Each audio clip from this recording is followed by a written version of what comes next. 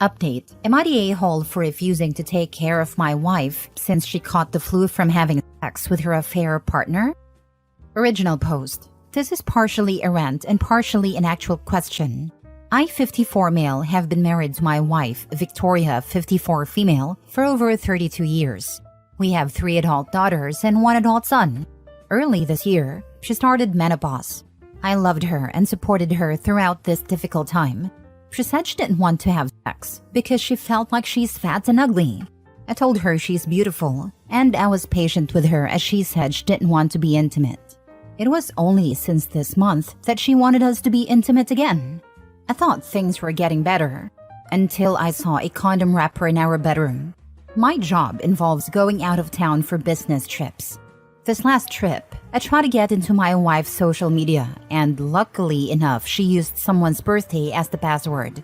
I found out her affair partner is Zachary, 35 male, a family friend who has a wife, 29 female. So on my trip, I read so many messages. One message involved Zachary asking if it's okay to come over for their fun time since he thinks he's coming down with something. Even after getting back in town, I read some messages. Zachary messaged that he and his wife have the flu, so he can't see my wife for a while. My wife said that herself getting the flu was worth it. I came home to my wife who's suffering from the flu. I immediately told her that I know about her and Zachary. She was upset, but too weak from the flu to stop me from packing and leaving. She begged me not to leave her alone while she's sick. After I left, my wife has been messaging me. She said she's very sick. I told her to go to the doctor, call ambulance, or call someone else. She said she's not dying, but she needs me. She said she can't call our kids nor any other family member since they'll ask why I'm not there. She said that menopause had made her crazy and that she wouldn't see Zachary anymore. I still haven't gone back. Am I the a-hole? Now for the top comments before reading the updates. Menopause did not make her cheat. Mail order a carton of NyQuil to her if you're feeling a little compassionate. I'll never know what menopause feels like. I've known other women who've gone through it. To my knowledge, those women have managed to avoid sleeping with married men who's a family friend. Not the a-hole. Leave her and don't look back. Her being sick makes it harder to leave her, but I can't be around her. Single woman here. I take care of myself when I'm sick. She can too. She chose that outcome. Now she has to lie sick in it. All kinds of ick, sleeping with a married man-child close to the family. She literally chose to have sex with a man who warned her that he was coming down with something. Afterwards, she messaged him that their fun was worth getting the flu. I have to remember that in case I feel sorry for her. Call the wife and tell her. Call all your kids and tell them before she lies and do the kids right away. See a lawyer right away.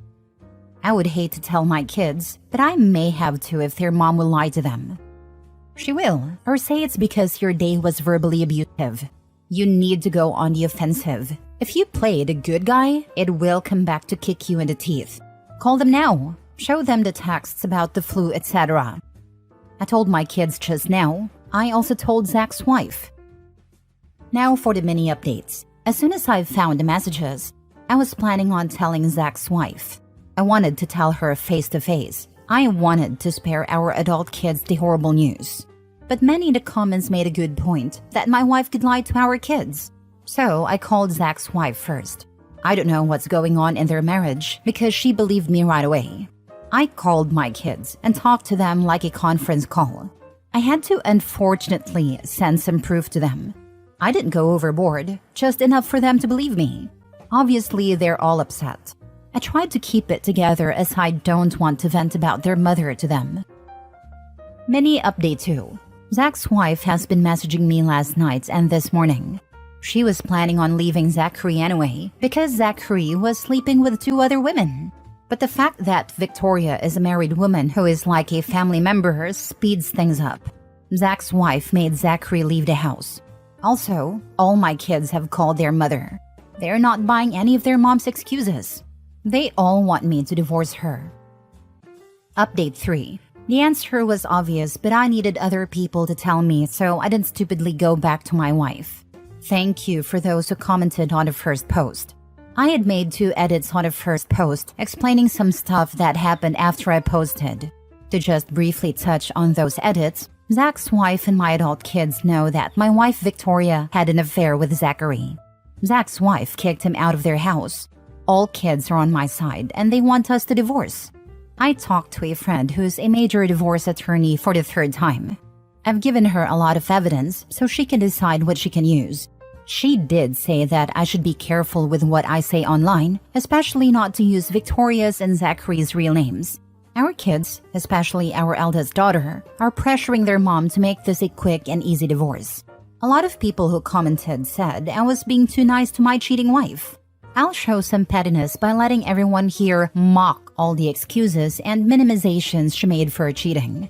Menopause made her crazy. She felt fat and ugly. She felt like she didn't deserve me. Zachary came on to her first. She wanted to make sure a man can be attracted to her without him being obligated to because she's the mother of his children. She had sex with Zachary to make sure she can still have sex. She says Zachary didn't mean anything to her. I'm overreacting because Zachary is a family friend and not a family member. Zach's wife isn't like a daughter to us. She didn't betray a woman that's like a daughter to us. Other husbands have forgiven their wives when the wives cheat. If I had sex with a younger woman during a midlife crisis, she would have forgiven me. We have 4 kids. We've been together for so long. I promised to love her in sickness and in health. She felt like she didn't deserve me. I mean, she ain't wrong. Some people will go to great lengths just to always be right. Her excuses are disgusting. Good for you for seeing through her BS. Menopause doesn't make you cheat. If she felt fat and ugly, then that's something to work out in therapy or with you. I think she almost ran a full list of made-up excuses, except for the mind-controlling aliens excuse. It's interesting how she's refusing to acknowledge any harm she did to the other wife. Zach's wife is someone Victoria and I watched grow up. She was like a niece. Our eldest daughter was the maid of honor at their wedding. The fact that she feels no remorse for the pain she inflicted on another woman is telling. It's all me, me, me, me. I felt sad, I felt ugly, I felt old, me, me, me. What about the other woman? True, Victoria is so self-centered. Menopause makes just about every woman gain weight, especially in the stomach. I went through about 13 years ago. Never cheated on my husband. My eldest daughter didn't appreciate it when my wife said that when she goes through menopause, she'll understand. Next story. Am I the a-hole for allowing my husband's mistress to meal prep for him and the kids? My husband has been cheating on me for years with different women. Due to this, I've completely shut off from him. We don't have a sexual relationship, but we do an amazing job at being parents. Our kids love us, and that's all that matters in the grand scheme of things. I am not dating anyone. This isn't an open relationship. Every time he cheats, he acts more remorseful, but I've come to terms that I can't save him. He's seeing this woman Cherry and she's a cook and baker. We were in a little tussle once, but that's in the past. I've moved on. I don't like her, but I don't hate her. Few weeks back, I caught him eating in his car and realized it was from her. The packaging gave him away. She has been sending him goodie bags and now full meals. I told him going forward, I'm no longer cooking for him and he needs to let her do everything including meals for the kids. I really put my foot down and did some petty things that I'm not proud of, but it worked.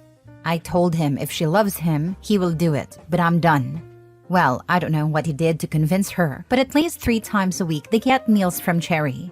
He brings the container and plates the food. The kids are happy because they think they're getting takeout. I don't partake. On the other days, I cook for just the kids and myself. My husband, on the other hand, got mad and said I manipulated him into taking advantage of Cherry and kept asking me what do I get out of these mind games. I told my best friend about the whole ordeal, and she's upset with me saying that what if Cherry spikes the kids' meals? I don't think she would do it. Am I the a-hole for letting this happen? Now for the comments. Mistress wanted to be a sister wife. She got assigned sister-wife duties. LMAO. I don't really know how I feel about trusting a mistress on feeding my kids though. She's a professional mistress. She'll move on from him soon. Why are you staying with him? For Pete's sake, just get divorced.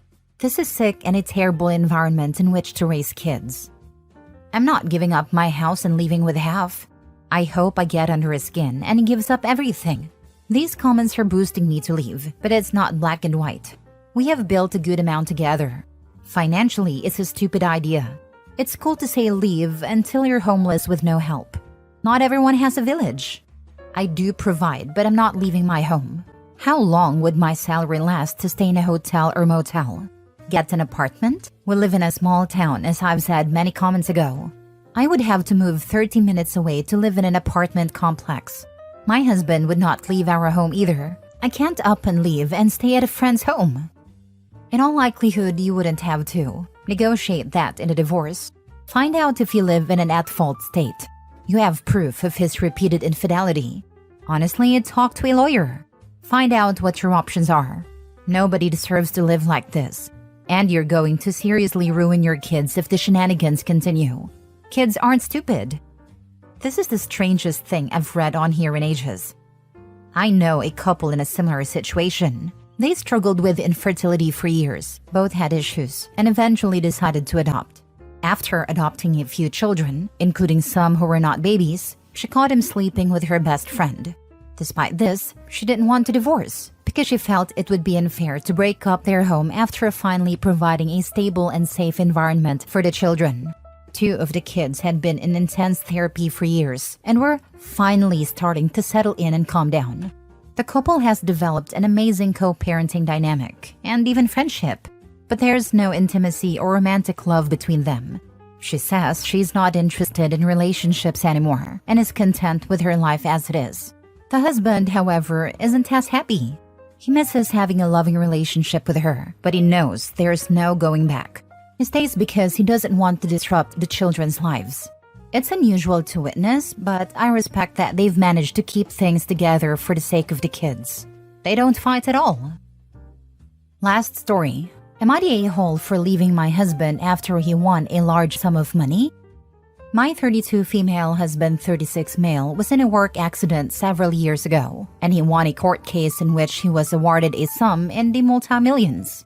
My husband and I live in the US and have been struggling for years, especially since his accident, since he hasn't been able to work a job in his specialty since. He's mainly been working minimum to low-wage jobs because his degree and trade experience are in an industry his body can no longer work in. I make pretty good money, but again, we live in the economical hellscape that is America. In the last year since the settlement, my husband has become the most smug, stuck-up, pretentious man I've ever known, and I'm sick of it. Our friends and family aren't good enough for us anymore because now we have money. Our home and cars and clothes weren't good enough for us, and anyone with a small house, paid-off car, or mall clothes was sad and depressing. He judges people hard, and he is not quiet about it. He is mean and rude to the people we interact with. Of course, we got nicer things when he received his money, but he was adamant on luxury things. And to him, anyone who doesn't live in a mansion on the hills with a Lamborghini and Gucci shoes is embarrassing. He gets upset with me for not wanting to spend crazy amounts of money. Why would I buy a $2,000 pair of shoes when I can get a pair just like it for $60? It feels like giving a child with no concept of money $20 and setting them free in a Dollar Tree. He's bought me a ton of expensive clothes and jewelry, new electronics. He pays for high-end spa days and even bought me a new car. I feel like an ungrateful woman for saying this, but I don't really like the gifts. Nothing is my style or taste. He's buying it just because it's expensive. My husband harasses me daily to quit the job I love and says that I make us look bad by working and making us still look poor. He gets upset if I want to go to the same chain restaurants we've always liked, Buffalo Wild Wings, Jack in the Box, etc., instead of 5-star Michelin steakhouses and sushi places because we can afford it now.